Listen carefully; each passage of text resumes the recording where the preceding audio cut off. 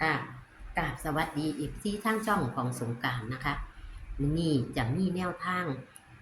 ตัวเลขของพบประสงค์ออกนามมาเป็นรัฐบาลไทยในงวดประจำวันที่16พฤษภาคม69พี่น้องเพิ่นมีตัวเลขตัวเด็ดตัวดังมาให้เพิ่นว่าให้ช่องอื่นเข้ามา8งวดพี่น้อง8งวดซ้อนเพิ่งจะมาหลุดวัง43มั่งหักพี่น้องเพิ่นว่าเข้ามา8งวดเดินยาวมาแล้วก็หลุดเพิ่นว่าก็งวดนี้ค่าเทียมมันเข้านะคะพี่น้องแต่ว่าเลขวิ่งเพิ่นบ่พลาดนะคะเอาคลิปนี้นะคะก็จะไปฟังเสียงสัมภาษณ์ระหว่างแอดกับพบ่ประสงค์ออกนามในงวดประจำวันที่16พฤษภาคม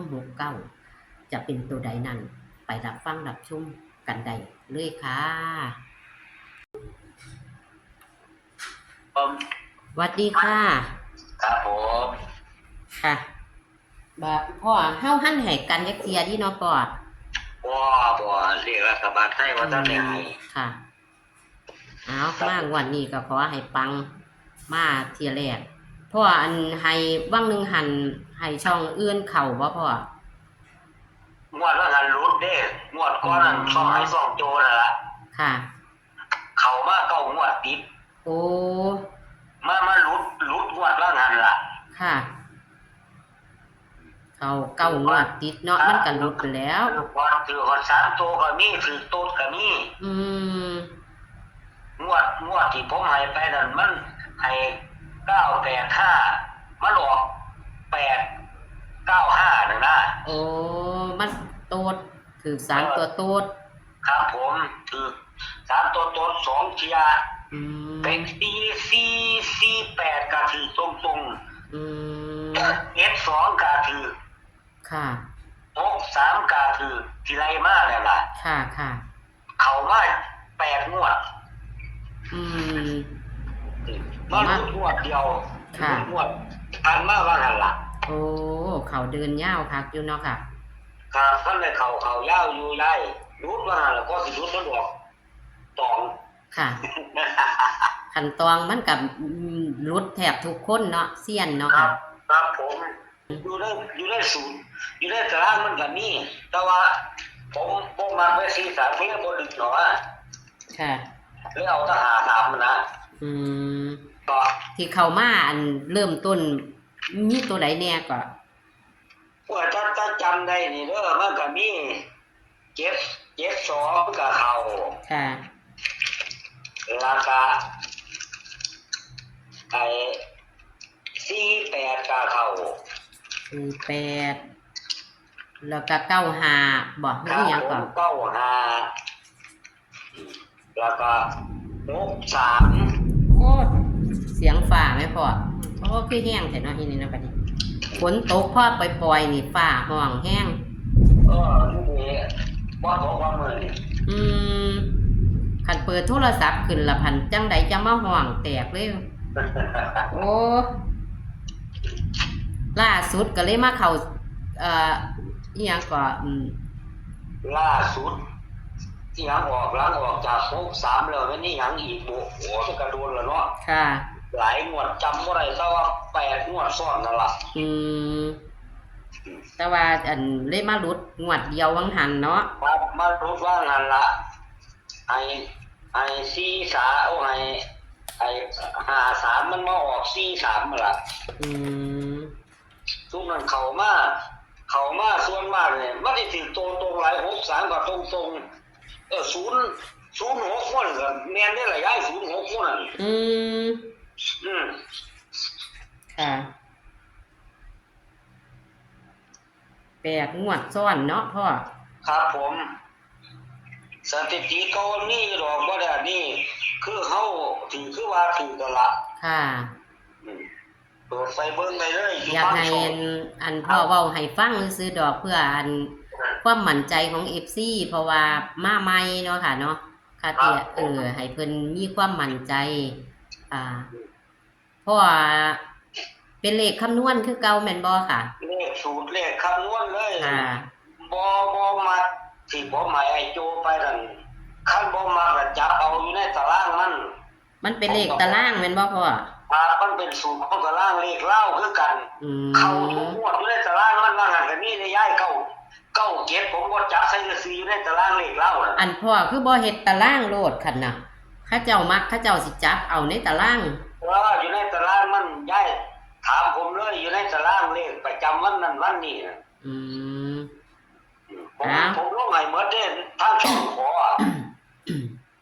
มันมีเลขเก็บตัวอยู่ในตารางมันเลขกันเล่าค่ะดึงใส่กันเอาโลดบัดนี้เฮาก็เข้าเรียงเลยบาดนี้ขอจากพอเลยบาดนี้ขอตัวเลขเลยค่ะบาดนี้เอาเป็นตารางเลยบ่พ่อหรือจังได๋ครับเอาเลยตารางผมบ่ได้แพงดอกตารางมันนั่นแถวที่แรกก็4ตัวแถวที่2ก็4ตัวนั่นล่ะค่ะเอาแถวแรกก่อนเนาะพ่อเลขในตารางแถวแรกก่อนตัวใดแน่พ่อแถวแรกมี4มี5มี6มี7 4ครับแถวที่2นั่น8 9 0 1เฮาบาดนี้วิ่ง4กับ5ครับ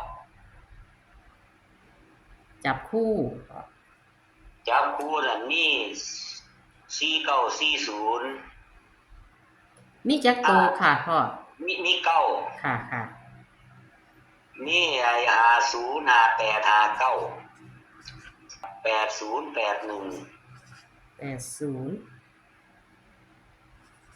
81 ครับ7071นั่นล่ะ7071ครับอะไรเรียกจากนั้นท่านเรียกที่มาให้เพิ่นจับเอาตารางบ่มีหลุดจักเที่ยค่ะเอาเป็นตารางนำล่ะพ่อครับเข้าทั้งบนทั้งล่างครับคันสมมุติว่ามันออกมาเฮาก็สิได้ว่ามันอยู่ในตารางนะแม่นเลขเล่าคือกันงวดหลังยังเขียนเอาเลยค่ะเอาครบสูตรโลดพ่อครับตัววิ่ง4กับ5อันตัวใดแห้งกว่ากันล่ะพ่อเน้นที่5เด้อยายเน้นที่5ครับเลข3ตัวไป2คู่ค่ะโอ้มี3ตัวนำเลยตัวนี้ครับ3ตัวมีหยังแน่พ่อ950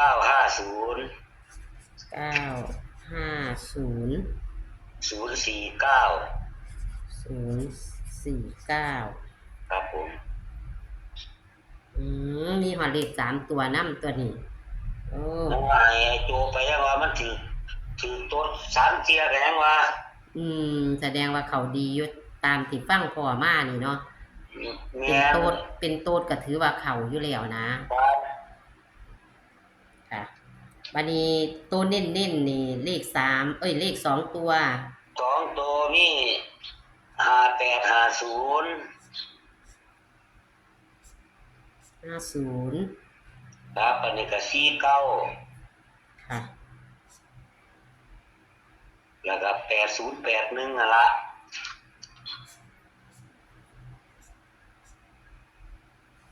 เน้นหางเนาะพ่อแม่นบ่ครับผมเน้นหางเลข3ตัวนี่เน้นบ่พ่อเน้นเอาเสมอกันโลดใหญ่ค่ะเพิ่นมาไก่เพิ่นซื้อบ่มาก็ผ่านเท่านั้นล่ะค่ะแนวทางเนาะครับแนวทางแต่ว่าที่แนมมานี่คือ8งวดติดเข้า8งวดติดมารุดงวดว่างั้นล่ะรุดแล้วก็สิเดินอีกตัวพอบัดนี้ผมก็เสียบ่น้อยละงวดว่างั้น14ก็ถึงได้ย้ายงวดไปสุดท้าย14เด้ค่ะ14เต็มๆได้วิ่งกับ0แม่14 12ก็บ่แม่นถูกติพ่อ12ผมมาจับอยู่ในตารางมันล่ะผมดึงแต่14กับ15มาแต่ว่ามันมีอยู่ในตารางครับอยู่ในตารางมันแม่นเพิ่นก็ระวังเด้อเลขวิ่งมันเคยมานำกันอยู่เด้4 5นี่ส่วนมากมันจะมาไล่นอนหรือมาไล่ใดพ่อนี่ล่ะมันสิมาไล่ตั้งกันนี่ไล่นอนกันนี่ส่วนมากเลขผมมันสิคอยขี้หัวกันโดดบ่ตัวนี้แม่หา9หมู่นี่แม่หา0นี่คันเบียงกับเบียงมาทางเดียวเท่านั้นล่ะ ค่ะเก็บหนึ่งหมู่นี่ชี้หัวกันออดปอดอยู่นี่ อืมแต่ว่า48นี่ผมบ่จับเพราะว่ามันออกยากผมถึงเทื่อนึงละ48เนี่ยอืมอืมมันออกข้างล่างละงวดละ48นั่นน่ะค่ะเอานั่นล่ะหนูก็สิขอบคุณพ่อเพราะว่าฝ่ายก็ฮ้อง เอค่ะ อเอาจังใดจังนั่นเนาะพ่อเนาะครับบ่เป็นหยังหรอกยาย ค่ะ ค่ะขอบคุณค่ะ สวัสดีค่ะพ่อครับผมโชคดียาย ฟ้าก็ฮ้อง เลขในตารางเพิ่นก็ว่ากอดข้อกันมา3ตัวกับกะหลายเที่ยแล้วบัดนี้เพิ่นว่าส่วนมากมันจะออกไปไล่นอนเด้อพี่น้องส่วนมากจะจับคู่จะกอดข้อกันมาไปไล่นอนว่าสั่นคันแอดเว้าบ่ผิดเนาะอ่ะก็แอดก็ฟ้าวๆเพราะว่าอยากสรุปเพราะว่าฟ้าห้องพี่น้องเอาตัวเลขแนวทางของพบ่ประสงค์ออกนามงวดประจำวันที่16พฤษภาคม69เป็นเลขไทยเฮาพี่น้องเพิ่นมางวดแรกก็ขอให้เข้าเนาะค่ะถึงจะหลายตัวแต่เพิ่นก็มีตัวเน้นให้อยู่เด้อค่ะพี่น้องเลข3ตัวก็มักสิมาดูอยู่แต่มาโตดนะคะพี่น้องเอาค่ะพี่น้องนี่ค่ะตัวเลขแนวทางของพอนะคะตัวเลขแนวทางของ